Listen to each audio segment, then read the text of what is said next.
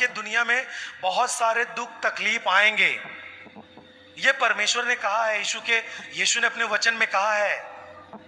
अंत के समय में बहुत सारी चीजें होंगी, सताव बढ़ेंगे, लोग आपके विरोध में उल्टी सीधी बातें करेंगे, लेकिन जब आपके अंदर इसको जलाने के लिए, इस मसाल को, विश्वास और वचन और उस परिस्थिति में खड़े रहने के लिए आपके पास आनंद है और समझ है, तभी आप समझदार स्त्रियां कहलाएंगी।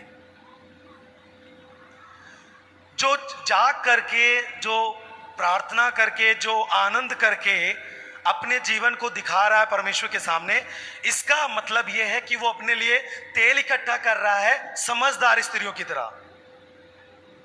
समझ में आ रहा है आपको? लेकिन जो इस बात पर गंभीरता से नहीं लेता, आप कितना भी बोलते हैं मैं वही करूंगा, आप कितना भी मुझे इस पुलपिट से वचन दें, मेरे सोने का समय 12 बजे, मैं सोऊंगा चाहे चर्च में हूं, इसका मतलब यह है कि आप उस दिन आप अपने विश्वास करने वाले से बोलेंगे मुझे भी कुछ और दीजिए, उस समय आपके पास कोई भी चीजें ना होंगी। Hallelujah, hallelujah. देखिए, जब दूल्हे को रिसीव करने के लिए वो कुमारियां जाती हैं तो धूम मची है, देखो दूल्हा आ गया है, और सब उठ करके, जिनके पास है, जिनके पास कुछ भी नहीं है वो भी उठ गई, जिनके पास है उन्होंने तैयारियां कर ली, जिनके पास कुछ नहीं है वो तैयारी नहीं कर सकती। हालेलुया।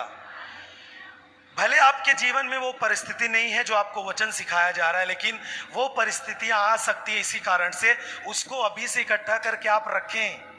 इसका मतलब यह है कि आप अपने समझदार कुंवारियों में आपकी गिनती है और आप दूल्हे के आने के लिए आप तैयार हो रहे हैं। जब कभी भी दुनिया में सताव आए, आपके ऊपर सताव आए, सताव में भी आप स्थिर रह पाएंगे। आमीन।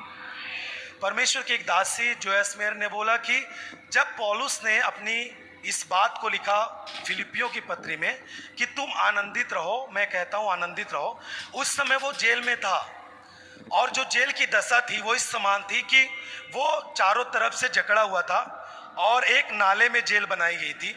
जब नाले में पानी बढ़ता था तो उसके गले तक पानी आता था, गंदा पानी, और फिर जब बाढ़ पानी खत्म होता था फिर नीचे जाता था, लेकिन उसी परिस्थिति में वो बिल्कुल आनंदित था। क्यों? क्योंकि हमारा जो आनंद है वो यहाँ पे दुख देने से कम नहीं होता, क्योंकि वो स्वर्ग से आता है। आमीन।